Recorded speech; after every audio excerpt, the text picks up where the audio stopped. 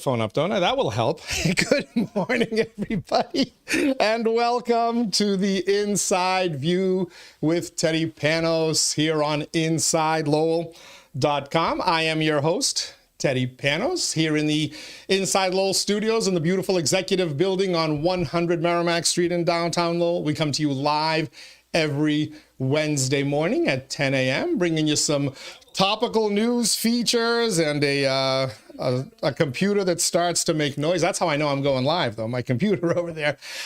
We bring you some recaps of Lowell City Council meetings, some topical discussions, interviews, and this morning we have arguably our most topical discussion and most important interview yet, because we are joined here in our Inside Lowell studios by the city manager of our city, Lowell City Manager Tom Golden. Good morning, Mr. Manager, and welcome to our castle. Good morning. Good morning, Teddy. This is absolutely beautiful. Beautiful office. Congratulations to you and Inside Lowell for everything you're continuing to contribute to the city. But as far as most interesting, I don't know about that. I just want to remind everyone, take another Coca-Cola or whatever you have in the morning, a coffee or something like that, because here we go. Yeah. Well, the good thing is... For me, anyways. They're here to listen to you. That's right. We have a live audience, but we're also going to have an audience that can watch this at their own schedule, as we like to say. News and information on your time, not ours, and we're excited about that. Plus, this morning, we also have a number of questions that were submitted by our listeners. I'm sure. And our viewers out there. And also, an added bonus, you're going to get to pick a prize winner before you're done this morning. I hope it's names I pull out of a hat. I'm going to make you pick a random number. Oh, okay, fair which enough. Constitutes all the entries, and somebody will be the lucky winner. But before we start with Manager Golden, I want to remind everybody that the Inside View with Teddy Panos and Inside Lowell is brought to you in part by our friends at Hafner's Fuel Company. Hafner's a Lowell institution. You've all seen the Kicking Mule sign out there on the corner of Dutton and Market. They're up on Appleton Street, up on Bridge Street. The Hafner's family also behind the scenes does an awful lot for our community. And you'll be learning more about those efforts in the coming weeks and months here. And we're going to be talking about it a lot on Inside Lowell. Thank you to our friends at Hafner's. Thank you as well to our friends at Reverie 73, a cannabis dispensary whose tagline is to listen, explain, inspire, and delight. And the fourth one is probably the best one of them all. But hey, inspiring and delighting is good stuff indeed. Reverie 73's location in Lowell is at 1148 Bridge Street in Lowell. They're also opening up 2 more locations in the spring and summer of 2023. One of them, 73 Essex Avenue in Gloucester, right on top of the mobile gas station convenience store, next to Mile Marker 1 restaurant. That's a kind of a landmark out there in Gloucester.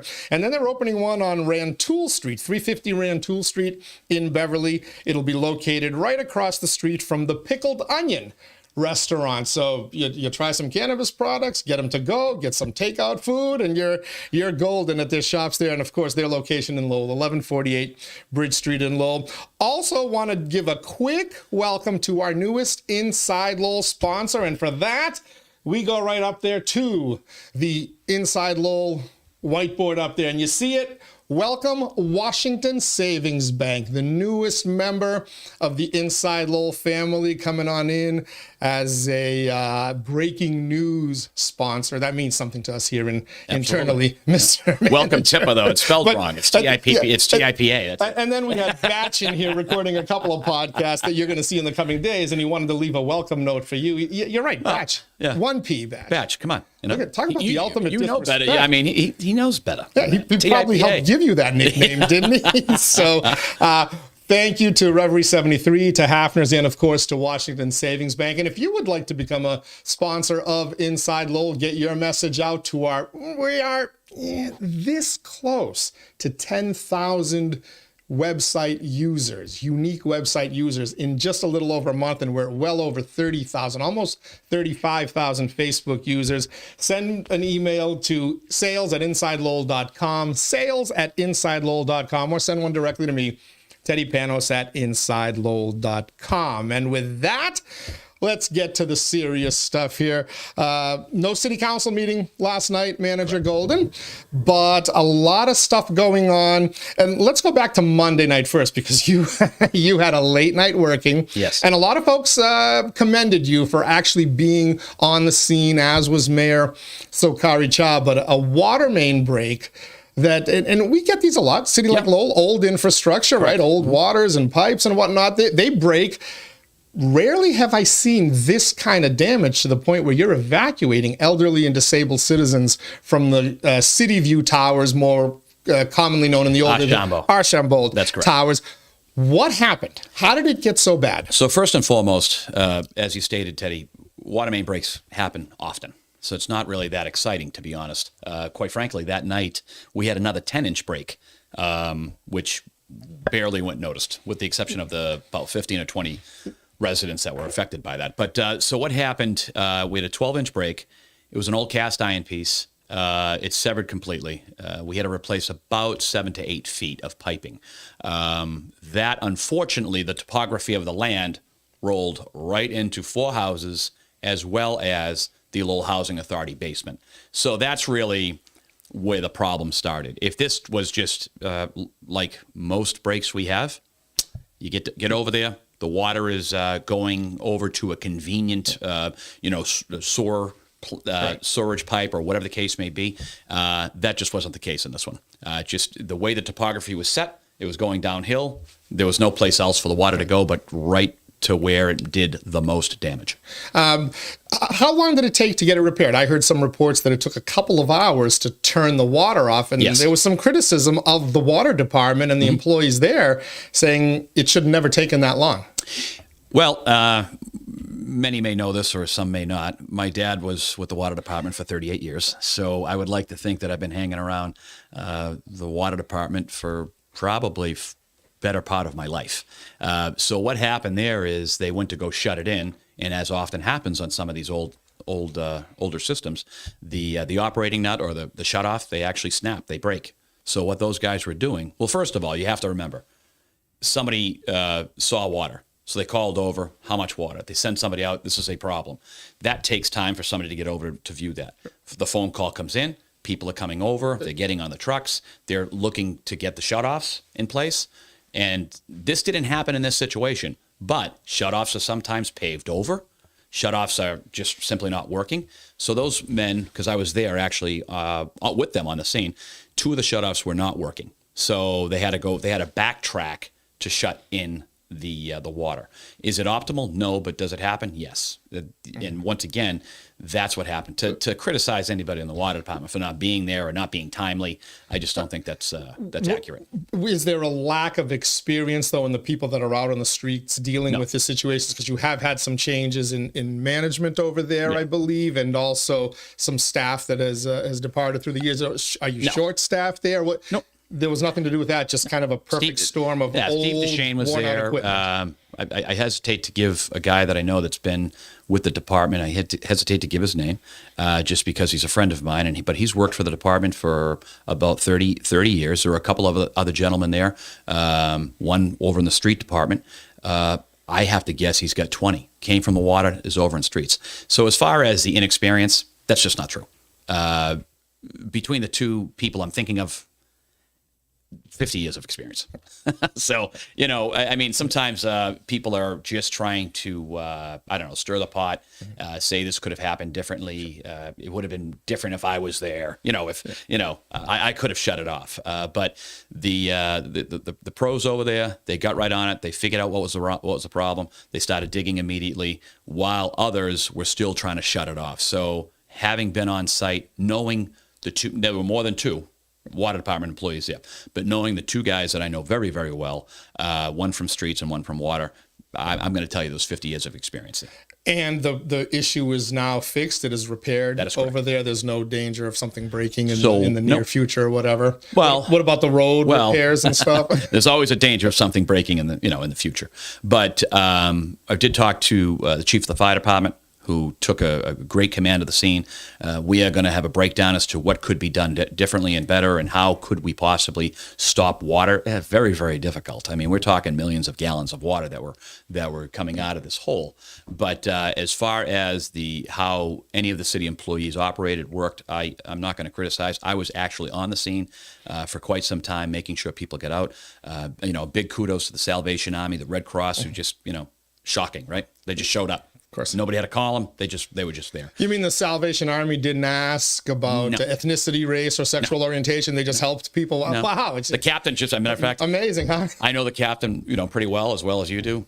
He didn't say a word to me. He was just moving stuff in, not in uniform, just a regular Joe with a hat on and moving in. But I mean, that was 100% sarcasm. Oh, I know it was. For folks who don't know, it's because the Army gets criticism from what I like to call the woke mob, and it's like, this is why the Salvation Army is so beloved in this area. That's right. Because they show up on nights like this along with the Red Cross. Yeah, absolutely. I mean, and there was no question. They were just like, we're here to help, and they just keep moving forward. But I think it's important. The Lowell Fire Department, the Lowell Police Department did a fabulous job, and this is all of our city employees. Pride Star was there on the scene, have still been on the scene. All of the city workers throughout the Department of Public Works, the Water Department, people on my staff, Sean Machado. I don't think there has been a time where myself or Sean hasn't been on scene. Lisa Golden, who was in charge of Health and Human Services, her team have been over there just to make sure that everybody, and I tried to say this, I delivered the news, unfortunately, that they weren't going home that night. And people understood. It's about safety. It's about making sure people were happy, healthy, fed, well fed, and to the number of people that donated, I can't say. There's not a list. The list is too long. Well, we did have a question. Andrea chimed in on Twitter with a question: is there any way to help those impacted by the flooding, and how long are they going to be impacted? How soon before they can get back into City View Towers or wherever else they are? That's still a work in progress. I also don't want to forget the 4 houses that were hit with this. Mm-hmm. We have 4 single-family homes that were right in the path of this water, this 12-inch main break. But how you could help, I would probably say the 4 single families currently right now on Ray Street. I think they could probably use help. I know that our Department of Planning and Development has been over there to find out how we can assist. Their heating systems are down, electrical is down. So we, as a city, want to make sure we're putting our best foot forward. From the Lowell Housing Authority, Ta Chan, who is the new incoming executive director, we've been in constant contact. All of the folks over at the Housing Authority have been dynamite. They've been wonderful. And we're just really concentrating on getting the residents. Currently, right now, there's probably about 95 of them. We're trying to get them at least some permanent housing. Permanent housing in the idea of hotels. And we're still feeding them and so on and so forth. So once again, a couple people did offer help, financial help. We've gone through the Salvation Army because, once again, the Salvation Army is just going to take that money. It's a lot easier, and they just keep buying food. So for anybody watching you live this morning or on at their own convenience, should they reach out to the Salvation Army and say specifically, I want my money, my donation, my gift, clothing, whatever, targeted towards the flooding water main victims? I would. Okay. Yeah. So that's Salvation Army's already accepted it from us. The captain and I haven't had a long discussion on it, but I'm sure they'll be more than happy. All right. In terms of the cost of this insurance, I imagine the city does have insurance. There's been a lot of talk lately about how your insurance rates skyrocket because of situations. But I did notice MEMA was into the Massachusetts Emergency Management Agency. Do they help defray some? Is this a situation where it's big enough where they'll come in and they'll use state money or federal money that they may get their hands on to defray this? We could file state of emergency, which we're probably going to, because once again, in regards to, we don't know where this is going to finish, how this is going to end. To get back to your point on the heating and the electricity, when the folks are going to be back in, we just simply don't know. From our inspectional services, electrical, and all of our building commissions, Dave Fuller, by the way, on the job, full time. He absolutely did a dynamite job trying to help over there. But we're still waiting on what's next. Could it be tomorrow? Could it be the next week? We're trying to do this as quickly as possible. That's why, all hands on deck from the city's perspective to try to get these folks back in their homes before the holidays. Okay.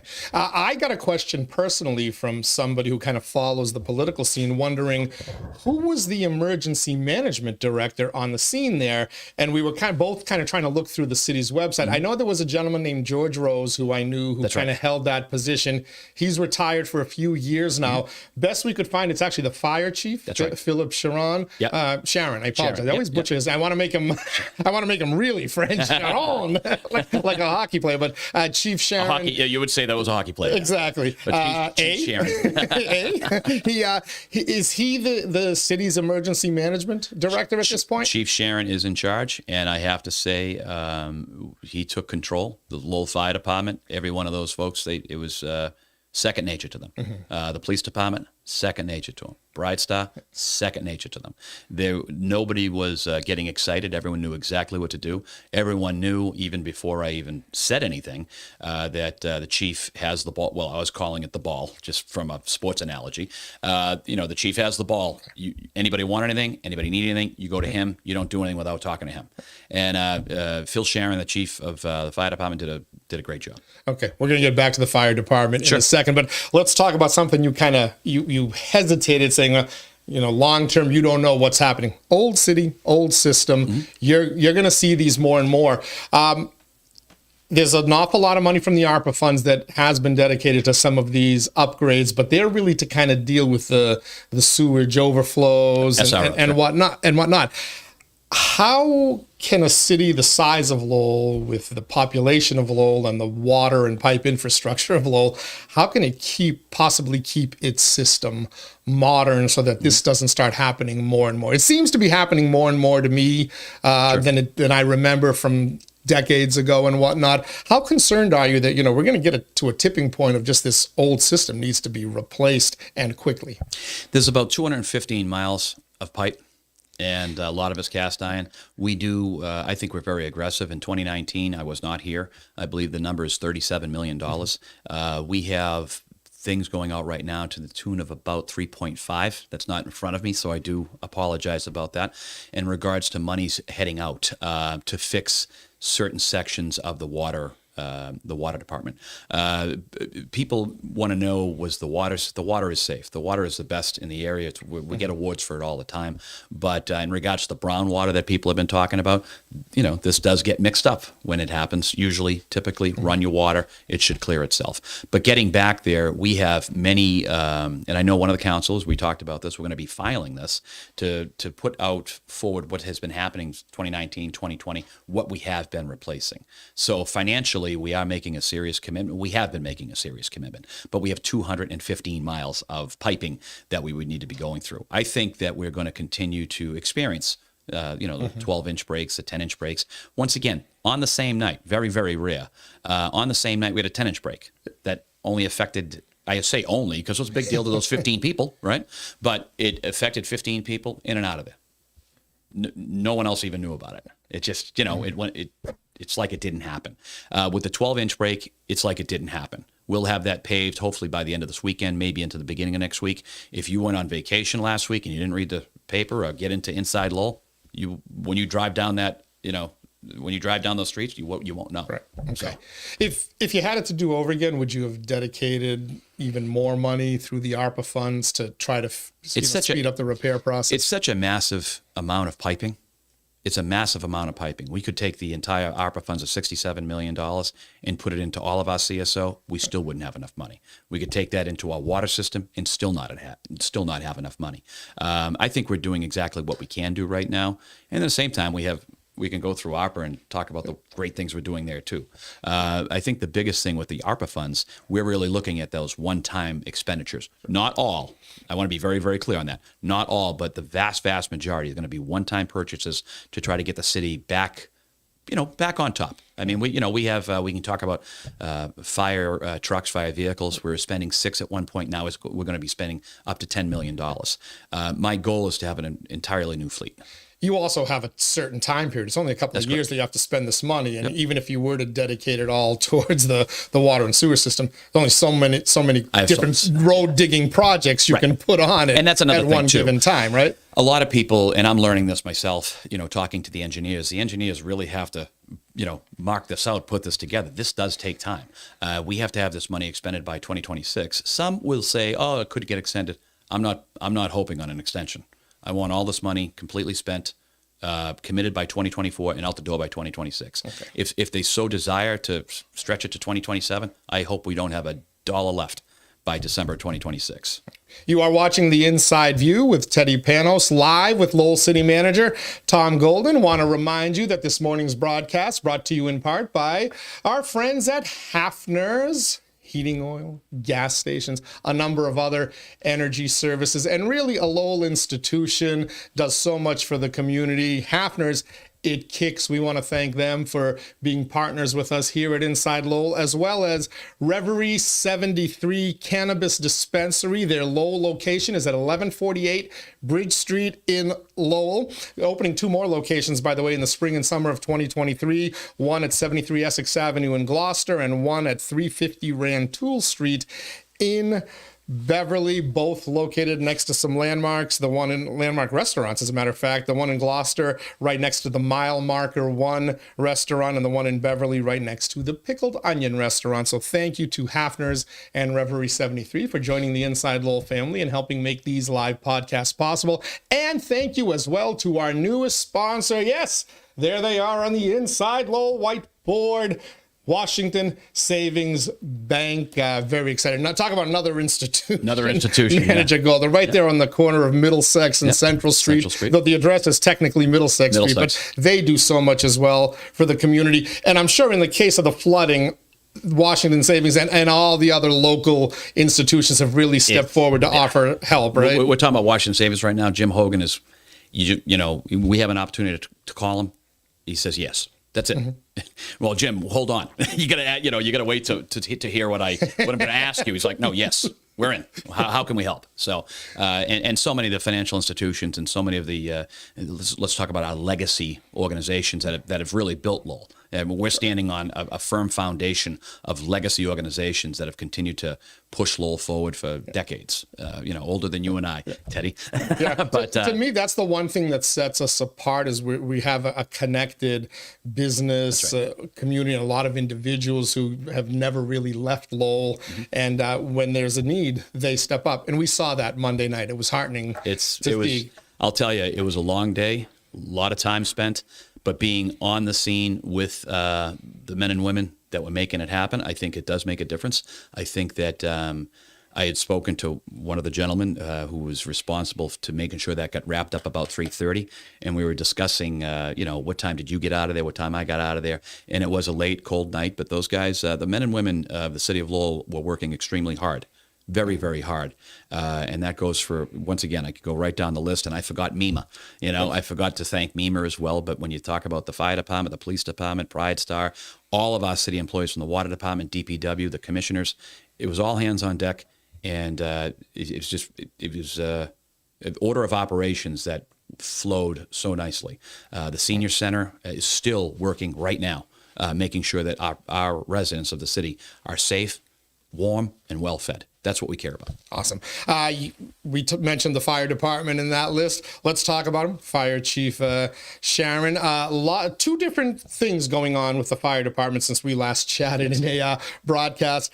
Let's go to the first one, the overtime situation. It's been a topic of discussion at the last couple of council meetings, and one of our own contributors here at Inside Lowell, Ryan Gilday, a.k.a. the Lowell Citizen, submitted a question on the Twitter sphere. Why was the fiscal year 23 fire department overtime budget set at $1.5 million when it took over $3 million to finish out fiscal year 22? Wasn't quite explained during the council meeting what changed between FY22 and FY23 to account for a $1.5 million shortfall in the account.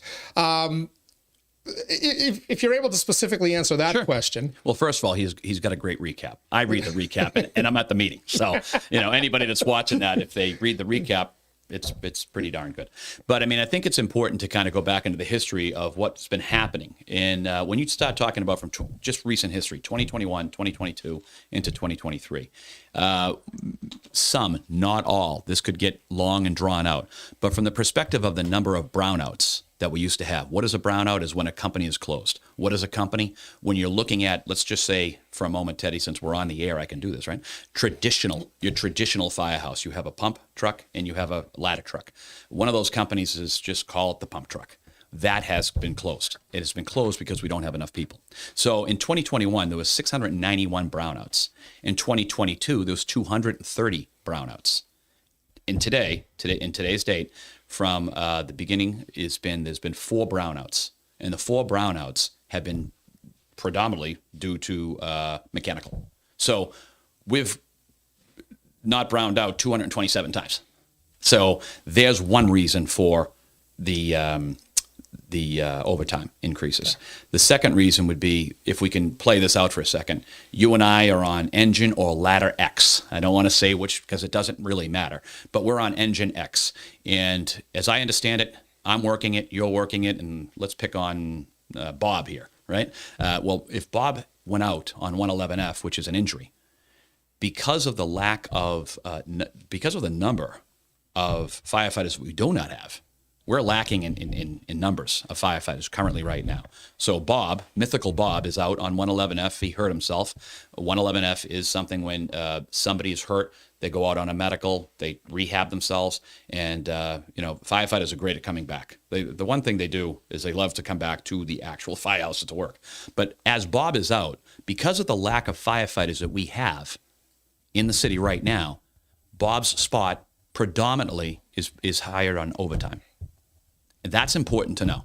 So because of what happened in March of this year, when this March going into April, the city council made the decision that we will not have brownouts any longer. That's it. So the chief is now forced to make sure that every department is open. Now, mythical Bob is out. That is an overtime shift. Teddy's on vacation. That's an overtime shift. Tom decides to call in sick. That's an overtime shift. So that's where your overtime is getting a little out of hand. Now, is there a situation, and I've heard this, that some folks are taking advantage of this loophole, which is legal in the contract, and using this shortage of firefighters to then kind of enrich themselves and their friends by taking shifts off that allow other people to accumulate even more overtime coming in? I don't know that to be true. But we're going down this rabbit hole, just so you know. We're going to get there in depth. We are. I mean, currently right now, since when I've taken over the administration, talking to the fire chief, we have a number, and the number is out there. It's been public. There were 38 firefighters that were put on a watch for excessive use of sick time.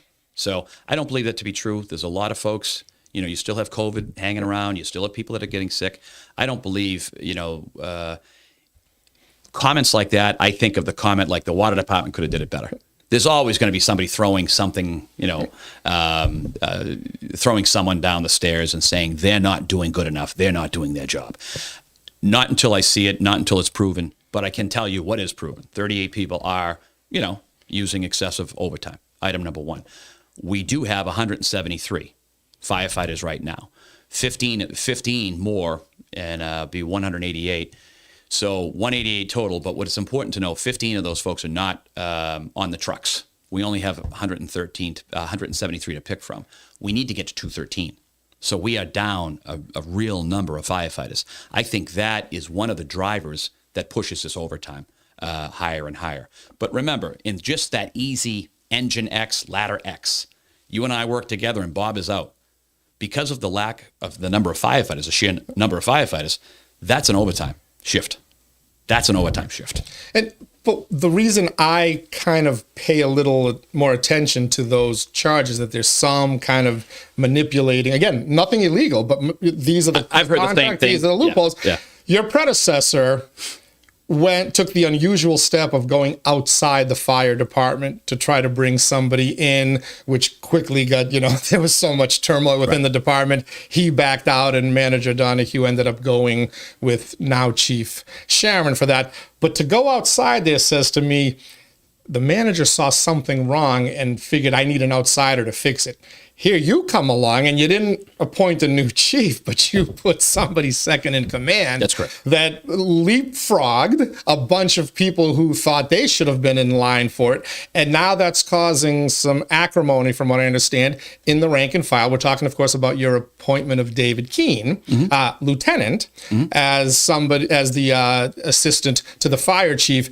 Dave Keene's background, however, for those who know him, and I know Dave pretty well, he's a union guy. That's correct. Led the Lowell Firefighters Union's Local 853 for at least a decade, if not longer. He's been district. He's been in Massachusetts. This is a guy well respected in the rank and file because he's been one of them at the union level. Now you put him in a management spot. That tells me you may have identified the same issue as Manager Donahue did. Well, and rather than try to go outside the department to fix it, you're bringing up somebody who should be respected and also probably knows what those loopholes are. True or false? First of all, let's talk about a couple of things here. That was a long question. That was a lot of questions in this, but I know where it's getting to. I mean, there are some folks. Some folks are always unhappy, and I do know that because we've gone through the Department of Public Works. We've made some changes over there, and people are unhappy. They're unhappy. They're unhappy. But you know something? The Department of Public Works is doing a great job. The men and women that work over there are doing just dynamite work. So people are unhappy. There's other departments I've gone into and changed a little bit. And, change is hard. Change is difficult. We could talk about this all day long. We all know the old adage, right? I know I did the right thing. Now, first and foremost, I'm not going to talk about who actually applied, but there were only 2 people that applied. But yet somehow, some way, there are 10 people that are upset that they didn't get chosen. It's because you chose a guy who it's very difficult to criticize somebody you've stood arm in arm with as a union brother. By the way, I think that was a brilliant political stroke. If you may deny doing it intentionally, you and the chief, but I thought it was a brilliant stroke because you've put some people in an awkward situation.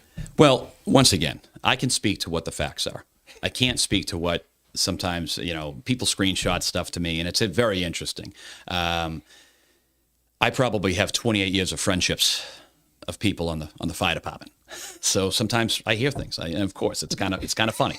But you're making my point. But of the 2 folks that applied, 2 very, very high quality candidates. There's no question about it. The department would have been best served by either one. And I mean, some people are going to think that that's not true, and that's not how I feel, but that is absolutely true. But in this situation, what I felt, what the team that interviewed, by the way, I was not on that team, okay? The team that interviewed, and it's my final decision, I made the decision to go with Dave Keene, which I think is the best decision for the city and for the department. So that's one thing you clarified that I don't mean to interrupt, but Dave Keene, a lot of folks said that you made that decision. Others say it's the fire chief's decision to make. The final call is you. The final decision on any of these hirings is my call. So I don't blame any of my department heads for anything that somebody gets put into a position. I do know. Was the chief in agreement with you on that? That's up to that. All I can tell you is that the 4 people that did the interview process, they came back to me and said Dave Keene. Everybody said Dave Keene. So that's what I can say that unequivocally. And then at the end of the day, if I wanted to change that decision, I have every right to. So I made the right call. I made the right decision. And once again, every now and then you see on Facebook and Twitter and all this, I mean, especially the silliness with people that don't have, which is comical to me. Okay. And I probably shouldn't say this, but I'm saying it anyways. After doing this for decades, I've had my direct people that were extremely direct, and you and I have had very direct conversations over the years about being right, about being wrong. But the difference is you're Teddy Panos, and I know who it is. But the masked people in masks, making comments and stuff like that, something that's just kind of silly, because if you're going to make a comment, then make it with your own name. You've obviously read the Lowell Live Forum and the Inside Lowell Facebook page, because one of the questions we asked our audience to submit questions for the manager, and one of them was Terrence O'Shaughnessy, who certainly appears to be a fake name, fake account. But it's a legitimate question, because he's not the only one questioning Dave Keene getting hired. Mm-hmm. The way he did it, though, I found interesting. So I'm going to give you a chance to address that. Sure. Ask how a, quote, unquote professional manager can, I think that's kind of a dig at That's you. a dig at me. Right? By the way, you're not a professional manager, you're a political manager. Yes. Ask how a professional manager can think appointing a first-line supervisor with little to no qualifications / ability to second in charge of a large city department was a good idea. That's a direct shot at you, obviously, but also at Dave Keene's qualifications. Well, but first of all, you got to consider the source. We don't know who the source is, right? Was it contestant number 2 who was passed? I don't know. I mean, you're always going to consider sources. If somebody doesn't have the ability to put their name on something, I very, very rarely, throughout my experience, okay, and I would probably say a vast experience, I don't normally pay any attention to anybody that doesn't have the internal. I'm trying to be as polite as possible here. Just put your name on it. It's a podcast. You can say balls. No, but just put your name on it because, once again, I think what you'll see is that person either has a personal axe to grind with me, and it was before this anyhow, or a personal axe to grind with the person I chose. That's it. And if that person's listening, I bet you I nailed it. Because that's what people tend to do. I'll guarantee you that person is either listening live or will be at some point. But that, and that will probably have whatever Terrence's last name is, will probably go on a rant for the next 4.5 years. But you know something?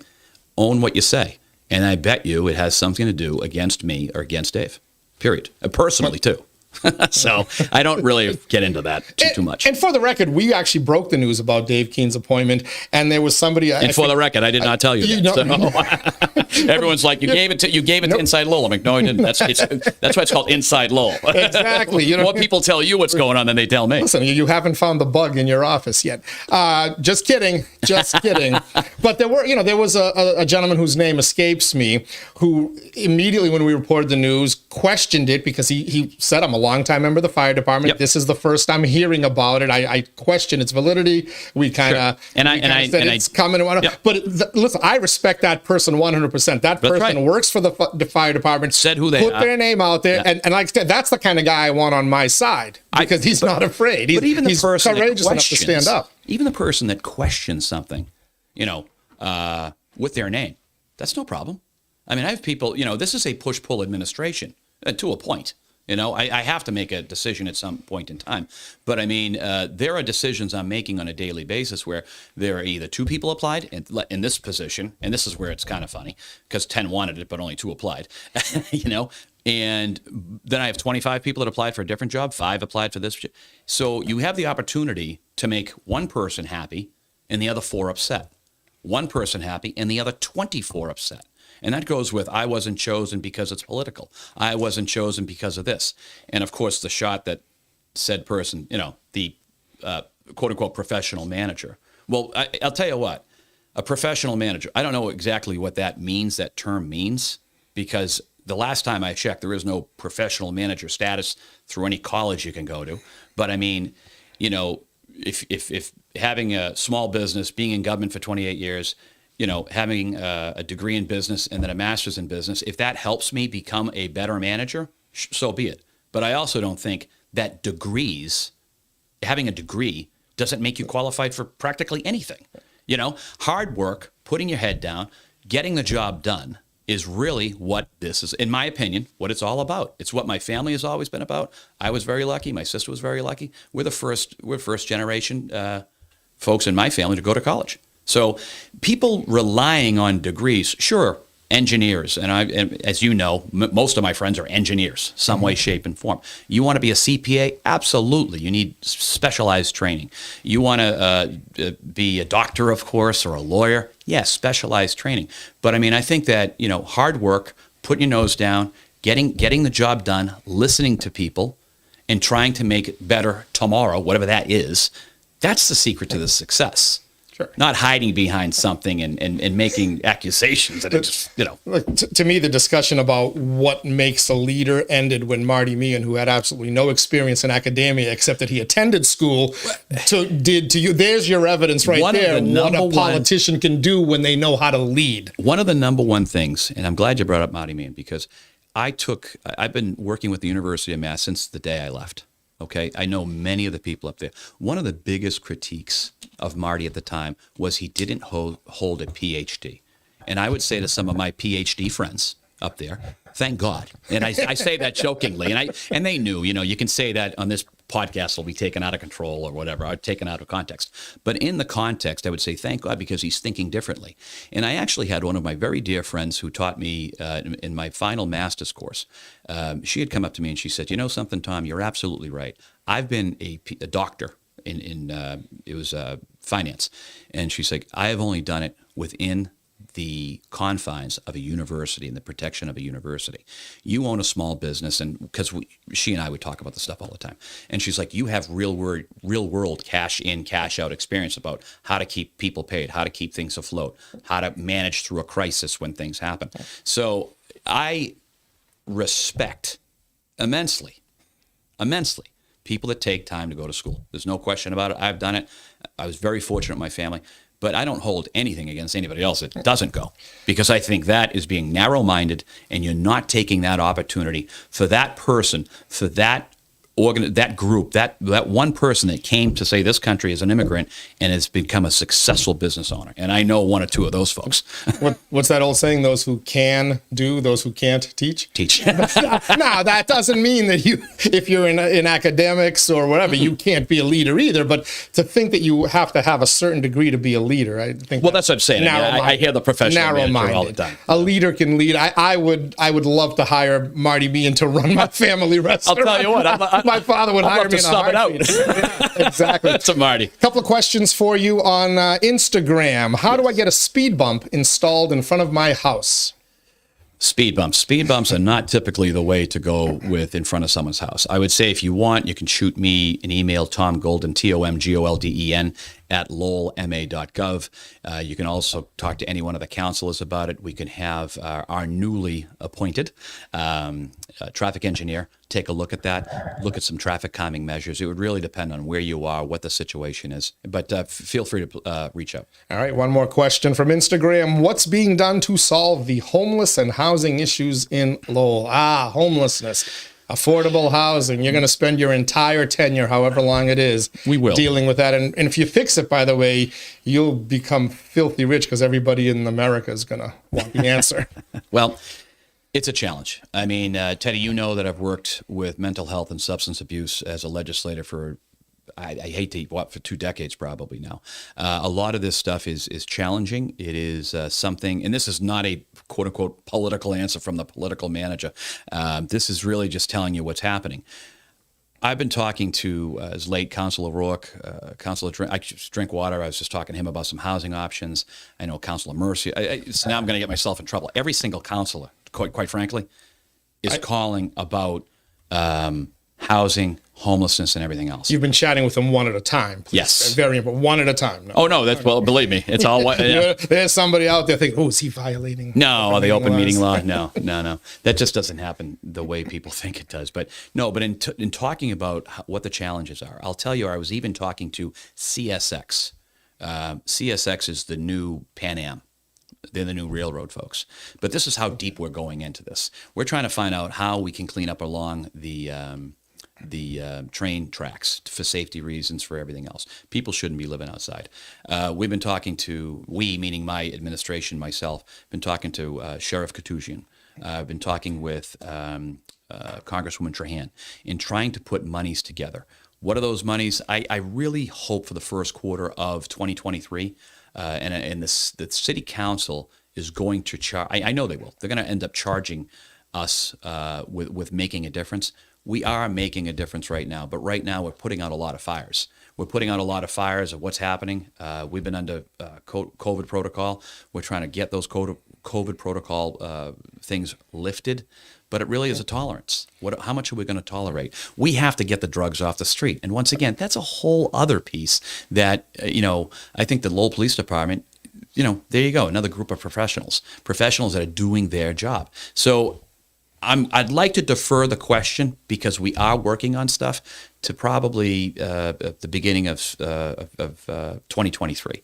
This is one of the situations, the proof is in the pudding. How are we going to get things to change? Well, sometimes people are going to be unhappy with the things that we're doing. And I think I've proven that in some of the departments that I've had an opportunity to really drill down on. We've made some changes, and some people aren't happy with it. But those departments are changing. So this is, that's where we're at. We're still in 7 months here. To say you're learning this job and I know this job in 7 months in its entirety wouldn't be true. I'm not sure you know this job as when you leave it. As Bernie Lynch told me. I was talking to him because I talked to all the managers, all the former managers, and they're like, Tom, just keep learning. You're going to learn until the day you leave. This is a big city that expects a lot, that does a lot. The biggest little town in America. Sure is. Final question from the listener comes on Facebook, and I think it was meant to be humorous, but you never know. The Cali Llama said, when is the next episode of the Tippa Golden Dome podcast? They've been giving me a hard time on that. But you've actually been toying with the idea of doing some type of recording from the manager's office where you're giving information to people directly. Correct. That's correct. We are looking at that. We have a couple of positions that are out right now in regards to marketing of the city, communications of the city. That has been happening. We've been interviewing folks. The interesting, not about the communications piece, but the interesting about some of the hiring process, and I'm going to use you because you're in front of me. We look through and we see Timmy, Tommy, and Teddy. They're all great people to apply. Hey, can you come in for an interview? Teddy and Timmy don't show up. They just, they set up the interview and they don't show up. It's really, and I've talked to some of the folks in the private industry, and they're like, well, at least you're getting calls. So it's kind of interesting what's happening with some, not all, some of the hirings we have going on. Most of our hirings, we are now starting to get more than one qualified candidate. We're getting 3, 4, 5. So we have the ability to choose from a pile of people. In some instances, we've gotten, I guess the term is now called ghosted. We're getting ghosted, where the interview team is there. They're waiting for Teddy and Tommy to show up, one at 2 and one at 2:30.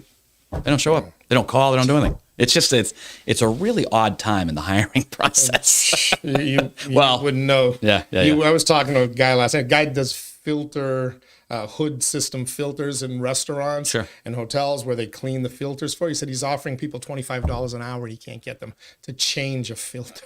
From a restaurant, throw it in a truck and drive it back to the shop. So you're not alone on that. It's amazing. It really is. And everyone tells me they're looking for a job, but we have plenty of jobs opening. So, all right. You get one more serious topic to get to, but you get a chance to play hero first. I want you to pick a number from 1 to 11, and that number you pick will correspond to someone who submitted the correct answer, which, by the way, was Ronan Tynan, was the Irish tenor who gained fame in the aftermath of 9/11 by singing a stirring rendition of God Bless America at Yankee Stadium. Actually got into a little trouble for a bit and got kicked out of there, but he's bounced back. He's made amends. But pick a number from 1 to 11, if you would. Walking down the North End one day, ran into Ronan Tynan. What a gentleman. Total gentleman. Really a hoot. A real kidding. Funny guy to talk to. He actually looks like a hot Yeah. Number 2. Number 2. All right. So number 2 corresponds with Brenda from Lowell. Congratulations. Brenda from Lowell. Well, I'm going to be in touch with you, Brenda, but if you're watching live, you're going to get 2 tickets to see Ronan Tynan and the rest of the Irish tenors Sunday at the Lowell Memorial Auditorium. All right. So Monday night, before you were so rudely interrupted by that water main break and flooded Lowell. And then don't forget the 10-inch one at 2 a.m. That's right. You were on your way to get flooded with complaints from downtown residents. Yes. I assume some businesses and just some other people who want to complain. You floated the idea of an overnight parking ban in downtown Lowell. Yes. First and foremost, people jumped on this like it was happening tomorrow. And that wasn't the case. It was never the intention. The intention was to go talk to the neighborhood that was affected the most. And that's all it was. So sometimes the rants and the raves and everything else that were going on, it just, I wish people would have just called and asked because it really was an opportunity to take the temperature of what people were thinking. So I went down there, and of course, as you can imagine, the temperature wasn't exactly in my favor, which I kind of expected. But we have to really start talking about the economic development of the downtown. What do we want? And by the way, these are questions and thoughts. It was somewhat videoed.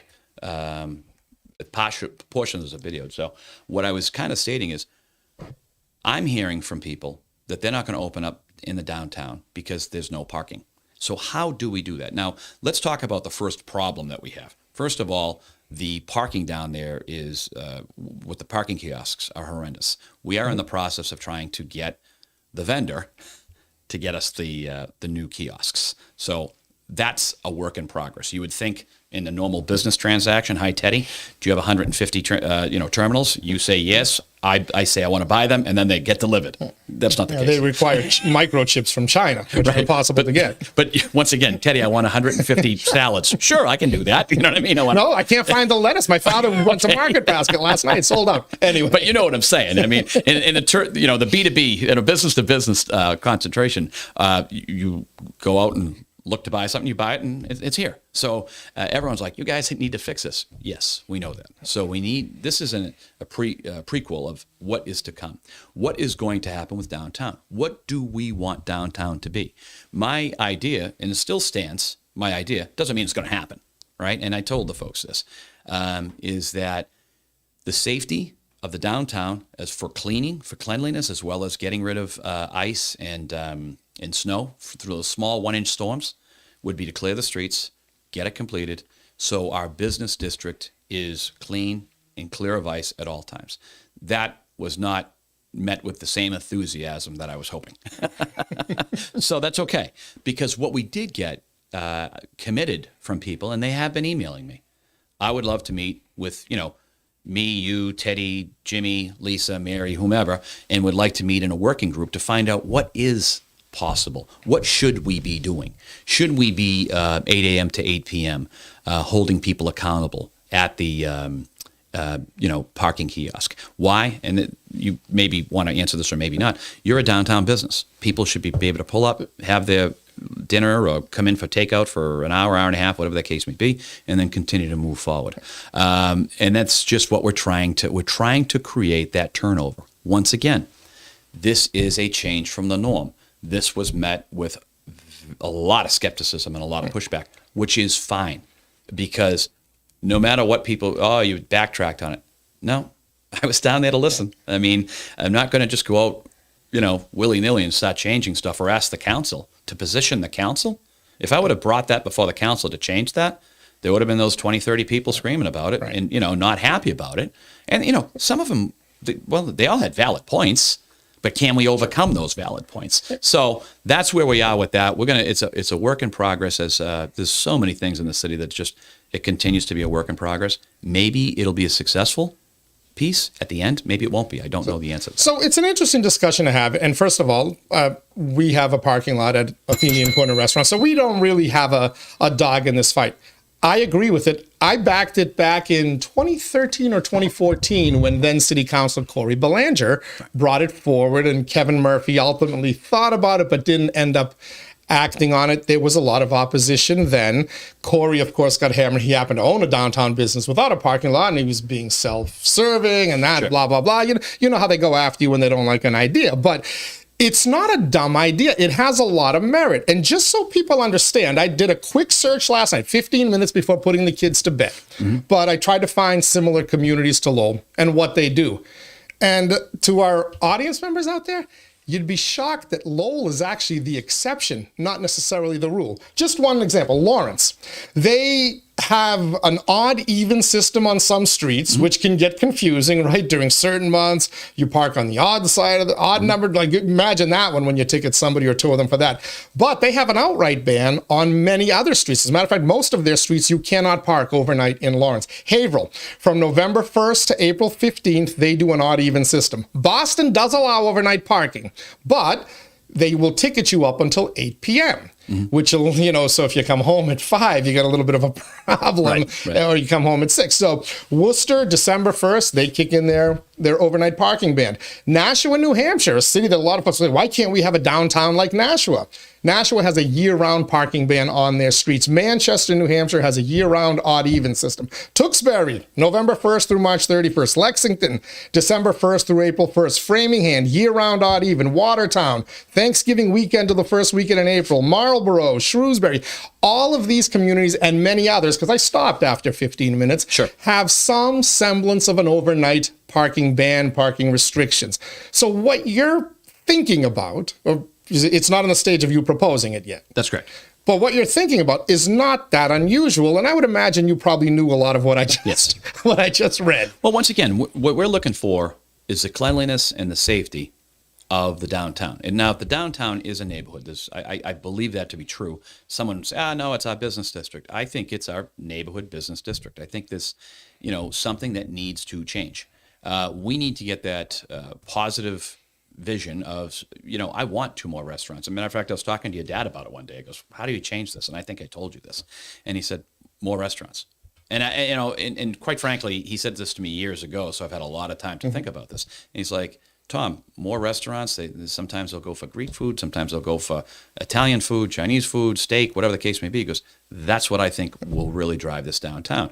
Now, here's somebody that could be very selfish and say, shut them all down and let, here's your choice. I think the Ford Motor Company did that, right? You can have a black Ford, I forget the name of it, the first one, or you can have a black Ford. I can't think of the name of the actual vehicle, but so trying to grow the downtown is a challenge. And, we have a lot of challenges. Central Street Bridge, which we're getting there. We're almost there. We're not changing horses. We're going to keep the same horse. We're going to ride it, and we're going to finish this up. But trying to make sure it's clean and safe is what our mantra really is. And the safe part, it comes into icing. We're in that term right now. So my point was, if cars weren't there, we would have the salt trucks go right down where the cars would normally be parked, and because of the spreader would be right up on the sidewalks. And of course, by the way, it'd also be kicking it left, right, and down. So the 2 passes that they make today bounce it off of cars. The salt gets bounced off of cars, and the rest of that never gets touched.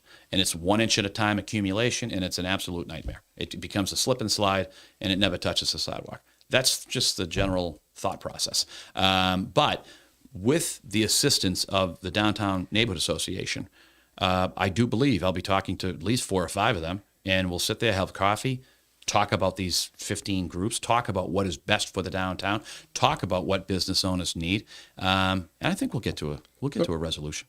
I think we will. As of right now, though, you have no plans to immediately bring it to the council. I wouldn't do that to the council. I mean, the point of being, you never want to bring something into a political body that hasn't been vetted. You need to vet this type of stuff all the time.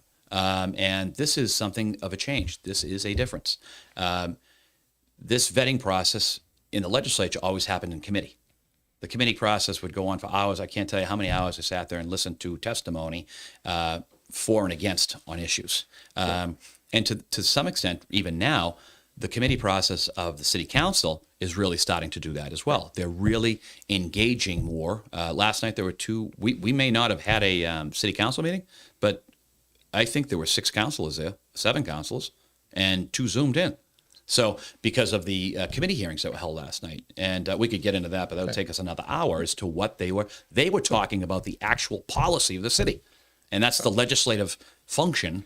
So you never bring something up that hasn't been properly vetted through a committee process. That's what a professional manager would do. I think that was a shot. So I didn't see the full meeting. I will go back and watch it once the residents started speaking. I kind of saw when you were speaking, but I kind of have a question. Did any of these residents, because I know a lot of them, they're very, very vocal, and boy, did they get mad when the city, not you, when others wanted to build parking garages downtown. They no, we need to discourage people from buying cars. People move downtown so they don't have to park in cars and this and that. Did any of them show up to support you and saying these people shouldn't have their cars on the street because they chose to live downtown? No, I had one gentleman that said, this is really interesting. He did, and other people, some were very vocal against it, and some were just, they understood. First of all, I think there was a sigh of relief that this wasn't coming in and this is what we're doing. Mm-hmm. Banging of the fist, this is how this is going to run. That's never what it was intended to be, but sometimes on social media, things get out of hand. But once again, not a big deal, but call and ask, So that, I think what came from this was a very positive discussion about, we understand what you're saying. We don't agree with it. Mm-hmm. We understand, but how do we get to that yes? How can we get to yes? I mean, and some people even accuse me with just trying to increase parking revenue. The parking revenue is so messed up right now because of COVID, because we have Hamilton Canal Innovation District garage, which, by the way, is the right idea. We built it before they came, or before they're here. We're carrying that note right now, and that's not helpful.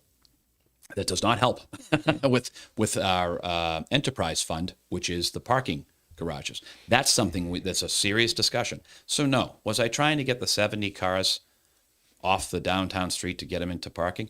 Quite frankly, I bet you 50 of them have parking passes. You know what I mean? Well, to live in a downtown or to develop housing in the downtown, that property owner, that developer has to account for a certain number of parking spots. That's right. So the spots are there. Now, whether they charge extra on the rent or whatever for them, but these residents should have spots. That's right. They should. And in the garages. And some of our garages are utilized to the max. Middlesex Street, the Edward Early garage, the early garage. That was considered a boondoggle at one time. I still remember the conversations about, oh, look at that, that's ridiculous. It is not maxed out, but it's darn close. Second, I believe, is Market Street. Market Street's probably closed only to pass holders maybe once a month, maybe twice a month. But that's really working. One of the ones, John Street is a third one. I don't want to say never closes. Very, very, very rarely closes. Has parking, but full. The others, not so much. Not so much. But, I'm shocked because I was told that the hot new trend was yuppies or youngsters, young yuppies, yuppie juniors want to live in downtown so they could give up their car and just walk and bike everywhere. All these people have cars, though, and they're really mad that you're going to take away their parking. Shocking to me. I'm pretty confident we're going to get to a place that everyone, most everybody, we'll never get everybody, but most everyone will agree to. And once again, it is the safety of the sidewalks. It's the safety of the slip and falls, which I don't want to see happen, and it's the cleanliness. Quite frankly, if there's an event downtown, I want to make sure that I can call, Teddy and Tommy on any given time over at DPW to, hey, tonight, load them up. Those guys are willing to come in. They're willing to come in early. It doesn't bother them. But weaving in and out of cars that's not really how that's going to get it done. That's not how we're going to keep the downtown clean. And I do believe that the downtown is much cleaner than it's ever been. We've spent an awful lot of time to try to make sure that those nooks and crannies. This is the old property manager in me. I'm kind of, I look at that stuff, and there's a lot of nooks and crannies that we need to continue to attack. But that's usually what I'm asking those folks. I've noticed it actually the other day, as a matter of fact, walking down Middle Street, seeing empty garbage barrels that in prior years I'd seen overflowing, lack of manpower, lack of attention. But the next piece, I have noticed that. But the next piece on the garbage, great, empty them, but we got to clean them too. Got to keep them clean. Those corners. It's just kind of one of the things in my management side of my private sector of my world. I always look on corners. I look at the corners, and forever and a day I'm over there. Guys, this is what we need to get after, and that's okay. It takes time. It's taking time. I'm not going to call out a few locations that when I go by, the corners are clean now, and it's not. It's in the downtown, and the point would be to grow that outward. So that's kind of what. Management style is that, the small things matter. And I'm sure somebody can go out there right now and take a photo and say, look at this. This is the garage or something like that. But Market Street, I personally went through just last week. It is unbelievably cleaner than it was. There aren't any lights out that I noticed. That doesn't mean it didn't go out the night I left. But, the hallways and everything else, because Laz, the company that we hire, we're holding them accountable. And that's, the accountability piece is really what we're trying to get at, where what is acceptable? What is acceptable gets back to housing, it gets back to homelessness, it gets back to any type of illicit use of drugs or alcohol or whatever the case may be. It's what we're trying to do is bring the standard up. And that's going to take time. And we're just going to keep pushing and we're going to keep pushing and pulling. So that's about. I think the people are probably bored about me talking about the management style of trying to get into the cracks and crevices. City Manager Tom Golden, thank you for joining us for the first of what I hope will be many conversations here at Inside Lowell. You have an open invitation to come back anytime you want. Don't wait for me to reach out to schedule you. And everybody has an open invitation to reach out to Tom Golden at lowellma.gov and tell me what you're thinking. Tell me what's going on. Reach out to the councilors as well. These district councilors and our 3 at-large councilors, they're more active than anything in the past. All you have to look is around the city, and all the success that the city is really going through right now is because we have counselors, as we have had in the past, but we have different ability. We have a different drive right now, and that changes. But this council body right now, in my opinion, is doing a fabulous job with keeping tabs on all aspects. And when it comes to homelessness, when it comes to cleanliness, they're all singing the same song. And that's where I get the ability to try to come in and try to make that change. City Manager Tom Golden, thank you for the Thanks, time. Thank all of you for watching live as well. And I've been getting comments, so I know a lot of you have been watching. One of them was even a compliment. They said I asked nice questions. Oh, good. That's really good questions. So anyway, if you missed this live or any part of it live, of course, it's going to be on InsideLowell.com, on our YouTube channel. We're going to post it all over social media as well. A lot of good stuff that we got to with Manager Tom Golden. So thank you for joining us this morning. Till next time, everybody, stay safe out there.